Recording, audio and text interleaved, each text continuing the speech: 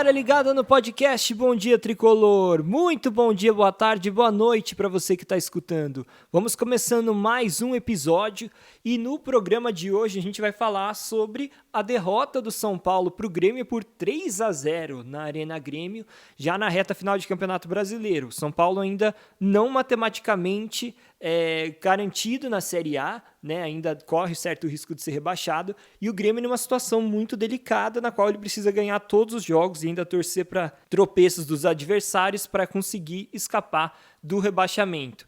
E assim, a atuação do São Paulo foi o que mais chamou atenção, mais do que o placar, assim, porque foi 3-0, poderia ter sido 5, até 6, sério, foi muito ridículo.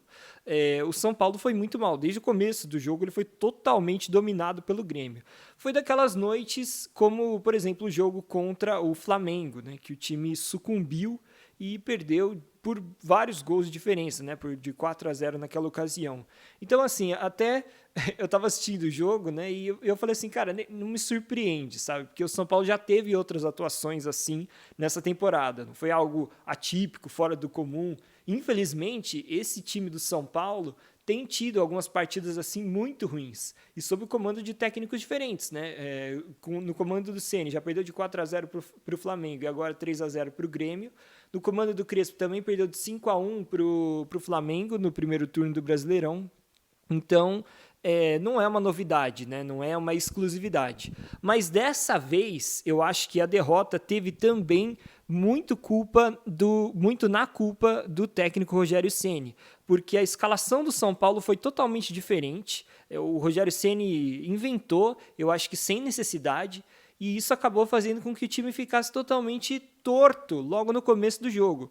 Porque assim, o São Paulo entrou em campo com o seguinte esquema: ele jogou no 3-5-2, então o Volpi no gol, Miranda, Léo e Arboleda na zaga. Aí na lateral esquerda jogou o Wellington, não jogou o Reinaldo. E na lateral direita, na ala direita, jogou o Gabriel Sara. Então, assim, o Gabriel Sara ali pelo lado direito estava perdido, coitado, porque assim, ele é um excelente jogador, né? O Gabriel Sara vinha sendo um dos jogadores mais importantes do time, talvez o mais importante do time desde que o Rogério chegou. Ele é responsável por praticamente todos os lances de gol ou de perigo de gol que o São Paulo cria ao longo das partidas, né? Então, assim, tirar o Gabriel Sara de uma posição que ele está indo muito bem, e assim, ainda mais considerando que o São Paulo, a principal deficiência desse time vem sendo o ataque, você tira o cara que mais cria jogadas de ataque pelo time, né, que mais finaliza e tal, você acaba comprometendo muito ofensivamente. E não só isso, né? Porque se ele só tivesse tirado o Sara dali, vamos supor, ele colocasse o Sara no banco, já acho que seria errado, mas pelo menos ele não teria bagunçado muito o time. Mas ao colocar um cara canhoto para jogar na direita, ele deixou o time do São Paulo muito esquisito. E realmente, o Lédio, que estava comentando o jogo no Sport TV, ele falou uma coisa que era verdade: parecia que o São Paulo estava torto em campo, parecia que o time estava totalmente perdido, espaçado, espalhado, e ninguém sabendo direito onde que tinha que ficar, né? E ainda no meio de campo tinha o Benítez, além do Igor Gomes, né, e o Nestor, e na frente Rigoni e Caleri. Mas o Benítez também foi uma cartada do Rogério que foi muito ruim. Cara, o Benítez totalmente perdido em campo, e foi um jogo extremamente físico contra o Grêmio, e o Benítez ele não consegue jogar com intensidade desde o início da partida. E ele provou isso nesse jogo contra o Grêmio. Eu acho que o Benítez, assim, a gente pode discutir se ele vale o preço, né, ou não, mas enquanto ele está no São Paulo agora, que ele é jogador do São Paulo, está ali à disposição, ele tem que entrar no segundo tempo, no máximo, né? Que aí os outros jogadores já estão mais cansados do time adversário e ele consegue fazer com que a parte física dele não seja uma deficiência tão grande assim. Porque senão acontece que nem aconteceu nesse jogo, que o cara ele simplesmente sucumbe, porque o time do Grêmio é muito físico, com muita raça, correndo muito, e o Benítez com aquele corpo mole, sabe? O cara ali, não corpo mole, né? Mas ele não consegue disputar as bolas, né? Então, ou por falta de velocidade, ou falta de fôlego, ou falta de força. E aí acaba que ele perde todas as divididas, e além disso, quando teve a bola no pé, também não fez grande coisa. Então o Benítez foi muito mal. E aí quando você tira o Gabriel Sara, que era um equilíbrio ali no meio de campo, junto com o Nestor e Igor Gomes, e coloca o Benítez, você fica com um a menos praticamente para marcar ali. Então, e além disso, comprometeu o lado direito. Então, o Rogério Ceni, ao tirar o Sara do meio de campo e colocar na direita, ele causou 2 problemas no time. Ele piorou muito o sistema, ele deixou um cara que não é acostumado com a posição ali, que foi, no caso, o Sara do lado direito, totalmente torto, e por outro lado você tira um cara que marca bem no meio de campo, que é o Gabriel Sara, para colocar o Benítez, que não marca nada. E aí é claro que o time do São Paulo ficou, né, com vários problemas dentro de campo.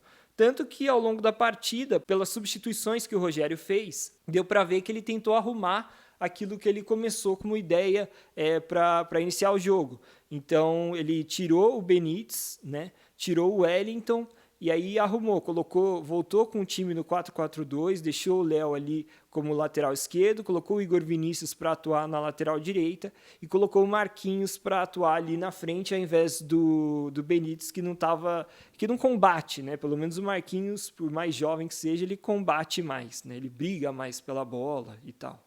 E é muito esquisito, né, o Rogério querer usar essa escalação, fazer essas mudanças para esse jogo especificamente, porque eu não consigo entender exatamente o que ele quis. Eu estou gravando aqui antes da entrevista coletiva, daqui a pouco a gente vai escutar para ver se ele fala um pouquinho mais sobre o motivo dele ter feito essas escolhas para essa partida. Porque assim, para mim, estava na cara que o time do Grêmio, ele até não vem jogando maravilhosamente bem, mas os caras têm competido muito, eles têm dado a vida, né? Quem assistiu que seja um jogo do Grêmio aí dos últimos 10, sabe que os caras estão correndo muito, estão se esforçando demais. Até o time melhorou relativamente nas últimas partidas, assim, desde a chegada do Mancini. E então não faz sentido nenhum você tirar um cara que combate no meio de campo, que é o Sara, né, sendo que não tem um primeiro volante de ofício, né, porque o Luan não estava à disposição e o Lisieiro não entra com o Rogério. Então, claro que, assim, para você jogar com Nestor e Igor Gomes ali no meio de campo, tem que ter mais um cara que consegue combater. E aí não teve, porque colocou o Benítez, que não deu conta do recado, mas assim, nem de longe. E ainda criou o problema da lateral direita, que, assim, convenhamos, tudo bem, Igor Vinícius não é um grande jogador, mas pelo menos ele é um cara da posição. E ele até fez uma partida boa contra o Sport. Então eu não sei se existia tanta necessidade de tirar o Igor Vinícius e colocar o Gabriel Sara ali, sabe? Não é um desastre total, assim, que não dá para você contar com um jogador. Então, eu achei que não fez sentido nenhum, e o Rogério Ceni foi, dessa vez, muito mal mesmo. E é claro que, assim, também não dá para a gente eximir os jogadores de uma responsabilidade, porque eles que estavam em campo, eles poderiam ter feito coisa melhor, né? Mas eu acho que se tem um culpado maior por essa derrota do São Paulo, é o técnico Rogério Ceni, porque dessa vez foram escolhas dele bem...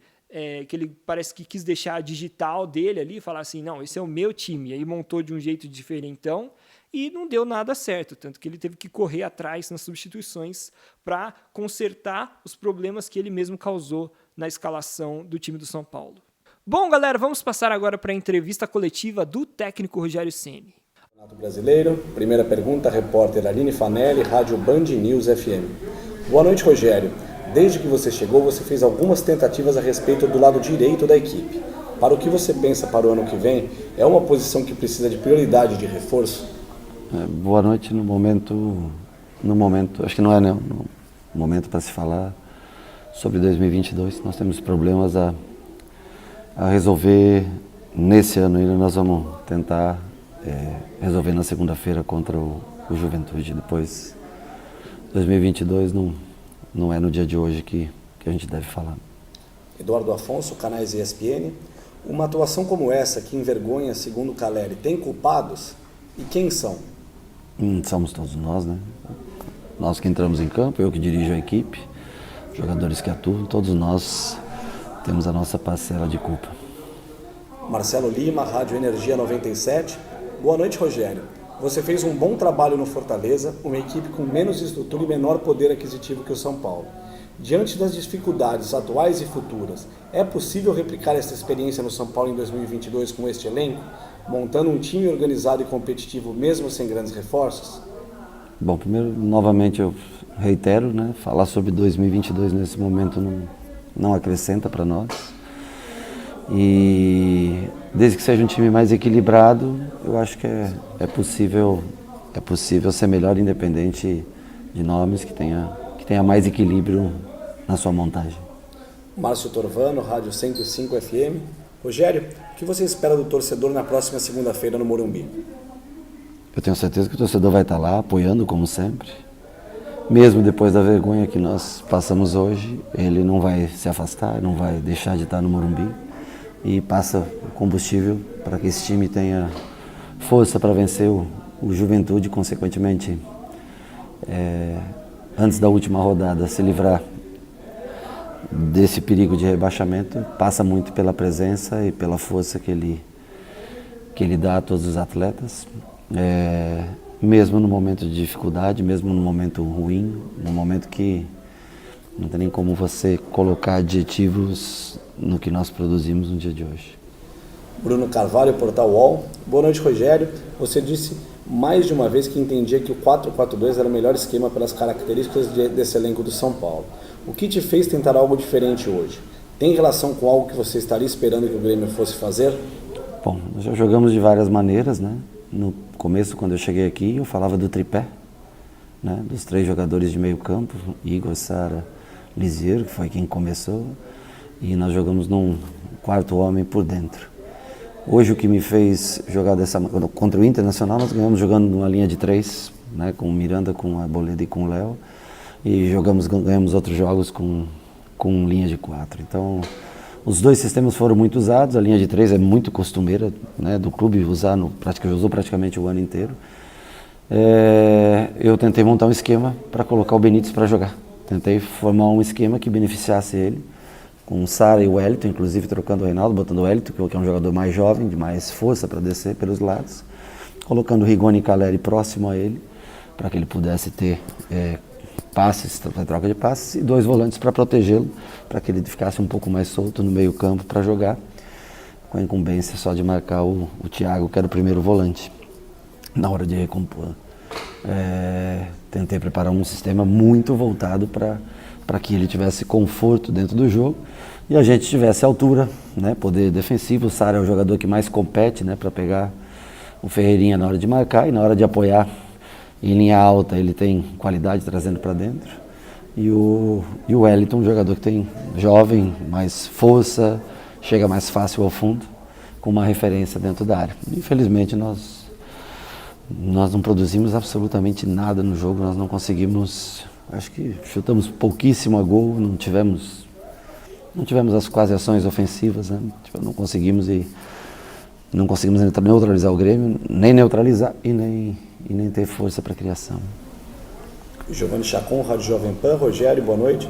Ao vencer a equipe do Sport com os treinamentos até o jogo desta quinta, você teve todos os jogadores que começaram no sábado e todos os que entraram durante aquela partida à disposição. Mas para hoje, preferiu modificar a equipe e o sistema tático. Gostaria de saber o que foi que você imaginou para o jogo com essa mudança feita nesta noite, colocando 3 zagueiros e jogando o Sara para o lado direito, onde ficou de certa forma isolado no jogo. O Sara está acostumado a fazer o lado direito, né? Ele vem jogando nessa função na linha de frente. Como ala, ele teria a mesma liberdade para atacar. O Arboleda faria um pouco mais a cobertura dele por esse lado. O Sara é o jogador que mais percorre distância, intensidade, é o que joga em rotação mais alta. E eu não queria tirar ele desse corredor, que ele está acostumado de fora para dentro jogar. Então, assim, não teve, até conversando com o Sara e treinando, não teve dificuldades no treinamento. Hoje, infelizmente, aliás, o primeiro gol sai por ali, mas não é uma falha do Sara, ele estava fazendo a função. E depois nós voltamos para o sistema, para o 4-4-2 no segundo tempo. E o segundo tempo foi pior do que o primeiro tempo. Então, às vezes, o sistema, ele é importante, claro. Mas mais importante do que o sistema é a atitude, é a personalidade, né, o poder de reação. Então, assim, hoje posso garantir para você, pode ser um 3-5-2, um 4-4-2, um 4-5-1, como quisesse. Da maneira que nós nos comportamos dentro de campo, o sistema ele fica secundário perto do que a gente produziu. Marcelo Bacejo, Gazeta Esportiva. Boa noite, Rogério. O técnico Hernan Crespo manifestou dificuldades para mobilizar o elenco na reta final do seu trabalho no clube. Hoje, o São Paulo poderia ficar a 1 ponto da zona da Libertadores se vencesse, mas o time apresentou um futebol bem aquém das expectativas. Você também vem tendo essa dificuldade manifestada pelo Crespo? É difícil mobilizar esse elenco? Olha, eu já frisei em outras entrevistas que é um grupo mais calado. No dia de hoje, nós infelizmente não conseguimos mobilizar a equipe como a gente imaginava. Guilherme Pradella, Rádio CBN. Rogério, por que o São Paulo não encontrou mecanismos para evitar a pressão alta do Grêmio mesmo com jogadores técnicos? Vimos também o time sofrer para recompor a defesa. O segundo gol sai de uma cobrança de escanteio para o São Paulo.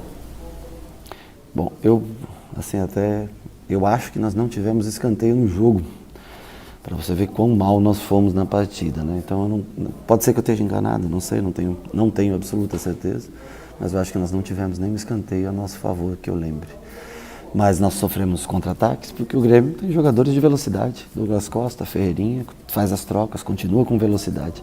Quando você tem velocidade, você está atrás no placar, você tenta ter o controle do jogo, que é a maneira que nós temos de conseguir construir alguma coisa. Perde-se as bolas, contra-ataques vem, velocidade vem, e você acaba sofrendo o segundo e infelizmente o terceiro gol. Mas é claro, quando você está na frente, é mais fácil, você tem o controle do jogo, você pode se postar um pouco mais baixo, sofre menos contra-ataque. Quando você está atrás do placar, você tem que arriscar mais. Obviamente sobra mais espaço para um time que tem 2 jogadores de velocidade, de muita qualidade, que jogam na direita e na esquerda.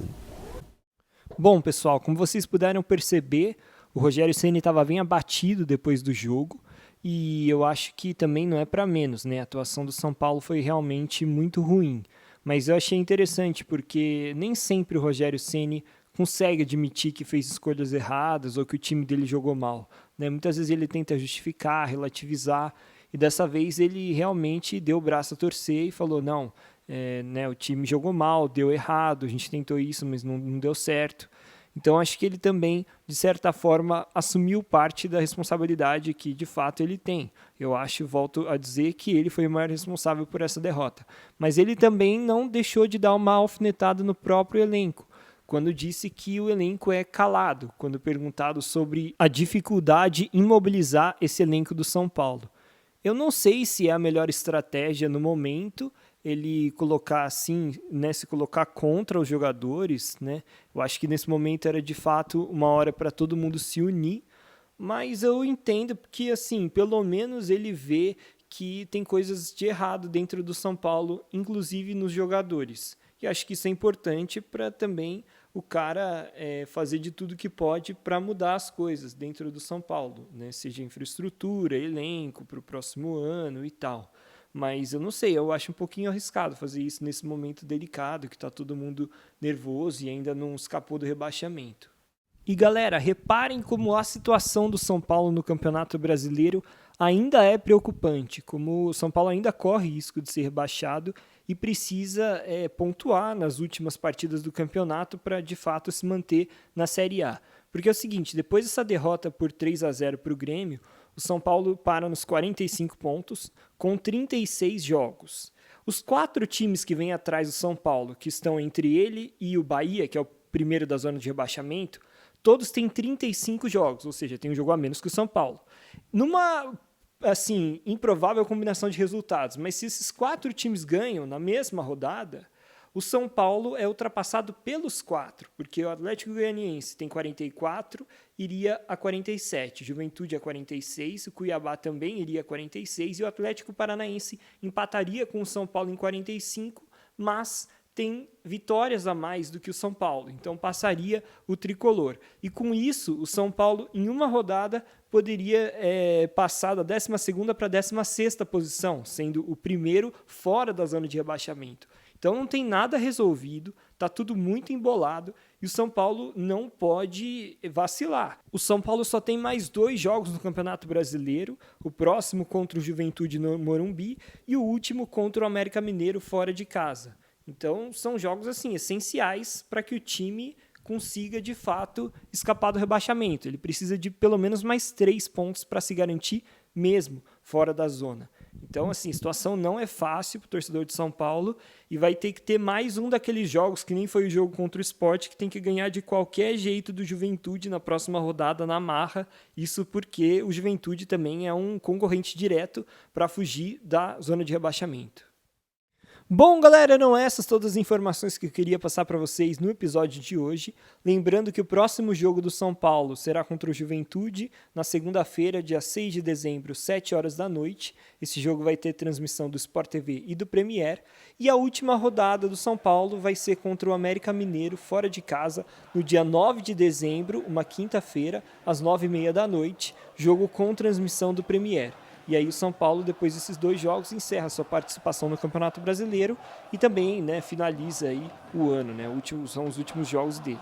E aí a gente passa para ver como é que ele vai se preparar para o ano que vem, seja na Série A ou na Série B. Mas acho que vai escapar. Muito obrigado por escutarem, galera, e até a próxima.